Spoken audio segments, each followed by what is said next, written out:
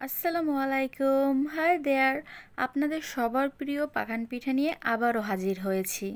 তবে এই পাকান পিঠাটা যেমন সুস্বাদু, তৈরি করতে একদমই ঝামেলা নেই। কারণ আজ আপনাদেরকে আমি তৈরি করে দেখাবো গুড়ের রসে নারকেল দিয়ে পাকান পিঠা। আর এটা তৈরি করব আমি সাজ বা মোল্ড দিয়ে। চলুন তাহলে দেখে নেই। প্রথমেই আমি একটা ডো তৈরি করার জন্য 1 কাপ ঘন দুধ নিলাম। এবার এতে অ্যাড করে নিব 1 কাপ পানি। এখন আমি এটাকে হালকা একটু জাল দিয়ে নিব, দিয়ে দিচ্ছি স্বাদ মতো লবণ। যতটুকু চালের গুঁড়া ময়দা নিবেন তার সমপরিমাণই কিন্তু দুধ নিতে হবে আর পানি নিতে হবে। আপনারা চাইলে এটা পানি দিয়েও সিদ্ধ করতে পারেন, তবে দুধ দিয়ে সিদ্ধ করলে একটু ভালো হয়। ঢাকনাটা দিয়ে আমি দুধটা ফুটিয়ে নিয়েছি। এখন এর মধ্যে অ্যাড করে নিব আমি 1 কাপ চালের গুঁড়া, 1/2 কাপ পরিমাণ সুজি আর 1/2 কাপ পরিমাণ দিয়ে দিব ময়দা। হালকা একটু ফাঁকা করে দিচ্ছি। এবার 1/2 কাপ ময়দা অ্যাড করে নিলাম। এখন ঢাকনা দিয়ে জাস্ট 1 থেকে 1.5 মিনিটের মতন মিডিয়াম টু লো আছে এটাকে সিদ্ধ করে নিতে হবে। ভিউয়ার্স, 1.5 মিনিট হয়ে গেছে। আমাদের এই চালের গুঁড়া আর ময়দার মিশ্রণটা কিন্তু সিদ্ধ হয়ে গেছে। এখন আমি এটাকে নেড়ে আস্তে আস্তে পানিটা ভালোভাবে শুকিয়ে নিচ্ছি। এই পর্যায়ে চুলাটা অফ করে দিবেন। তারপর আস্তে আস্তে ভালো করে মিশিয়ে ঢাকনা দিয়ে ঢেকে 3 মিনিট রেখে দিবেন বন্ধ চুলার উপর। তারপর এটা যখন হালকা উষ্ণ গরম হয়ে আসবে তখন এটাকে ময়ান দিয়ে নিতে হবে। গরম অবস্থাতে ময়ান দিতে যাবেন না, তাহলে হাতে কিন্তু 12টা বেজে যাবে। এখন আমি এখানে একটা ডিম ভালো করে ফেটিয়ে নিচ্ছি, এই ময়দার ডোয়ের সাথে মাখিয়ে ময়ান দিয়ে নিব।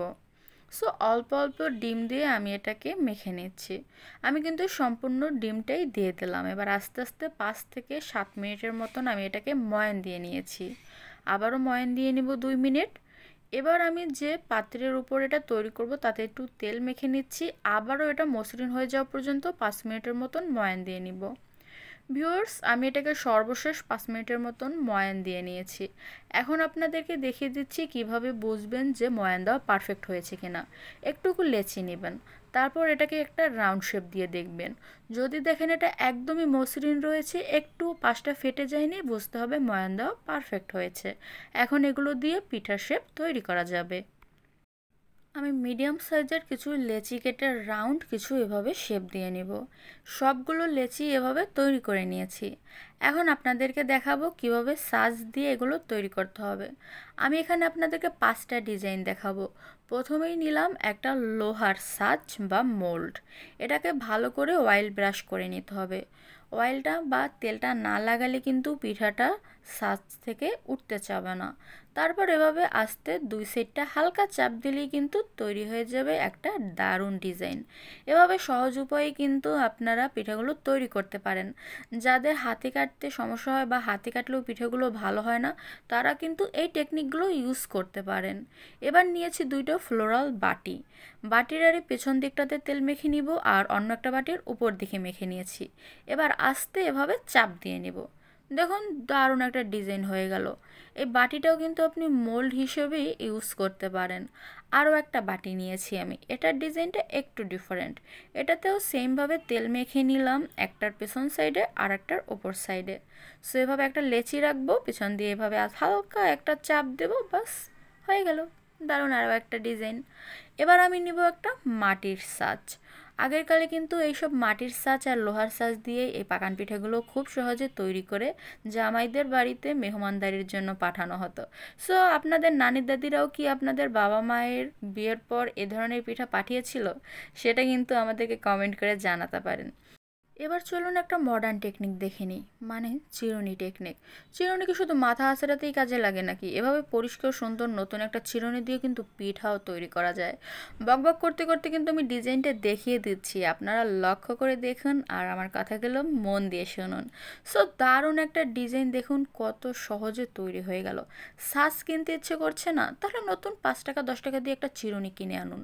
তারপর একটা চামচ আর চিরুনির সাহায্যে দারুণ একটা পাখান পিঠার ডিজাইন করে নিন। এভাবে 5-4টা কিন্তু আপনি ইজিলি তৈরি করতে পারবেন। আর এই রেসিপিগুলো যদি আপনাদের ভালো লেগে থাকে তাহলে প্লিজ কমেন্ট করে জানাবেন, ফ্যামিলি ফ্রেন্ড সবার সাথে শেয়ার করবেন, যাতে তারাও এই নিউ টেকনিকগুলো ঝটপট শিখে সবাইকে ইমপ্রেস করতে পারে। বানানোর সাথে সাথে এগুলো ফেলে রাখা যাবে না, তাহলে আবার ফেটে উঠবে। ডুবো গরম তেলে আমি এগুলোকে ছেড়ে দিয়েছি ভাজার জন্য। একদম লো আছে এগুলোকে ভেজে নিতে হবে, কারণ হাই ফ্লেম দিলে ওপরটা তাড়াতাড়ি ভেজে যাবে, মানে কালার হয়ে যাবে, ভেতরটা নরম থাকবে, সিদ্ধ হবে না। তাই একদম লো ফ্লেমে এগুলোকে ভেজে নিতে হবে, কারণ এগুলো কিন্তু একটু মোটা হয়ে থাকে পিঠাগুলো।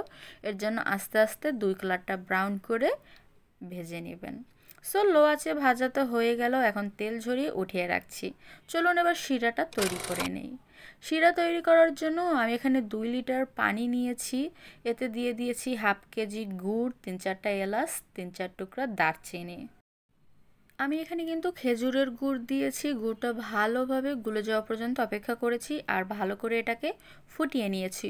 ফুটে ওঠার পর এতে 1/4 কাপের মতন দিয়ে দিয়েছি আমি নারকেল পেস্ট।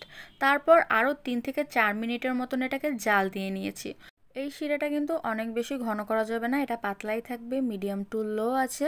4 থেকে 5 মিনিটের মতন এটাকে জাল দিলেই কিন্তু পারফেক্টলি রেডি হয়ে যাবে। ভিউয়ার্স, আমার শিরাটা প্রায় রেডি, জাস্ট এর 1 মিনিটের মতন জাল দিব। ভিউয়ার্স, আমার শিরাটা হয়ে গেছে, চুলাটা অফ করে দিচ্ছি। এবার এটাকে ঠান্ডা করে নেব। যখন এটা উষ্ণ গরম অবস্থাতে থাকবে, মানে আপনি যখন দেখবেন এতে আঙুল ডোবানো যাচ্ছে, তখনই কিন্তু উষ্ণ গরম পিঠাগুলো এর মধ্যে দিয়ে দেবেন। গরম অবস্থাতে দেবেন না, তাহলে কিন্তু পিঠাগুলোর উপরে ফুসকুড়ি জাগবে, দেখতে ভালো লাগবে না। তারপর 4 থেকে 5 ঘন্টা ভিজিয়ে রাখবেন, পারলে সারা রাত ভিজিয়ে রাখুন, তাহলে কিন্তু পিঠাটা আরও অনেক বেশি সফট হবে। দেখুন আমি সারা রাত ভিজিয়ে রাখার কারণে আমার পিঠাটা কতটা সফট হয়েছে। বাহিরে রিমঝিম বৃষ্টি আর ভিতরে আপনি সফট সফট পিঠা খাচ্ছেন, কি ভাবতেই ভালো লাগছে না? ঝটপট খেজুরের গুড় কিনে আর সাজ কিনে পিঠেগুলো ঝটপট বানিয়ে নিন। আজ আসি, আল্লাহ হাফেজ।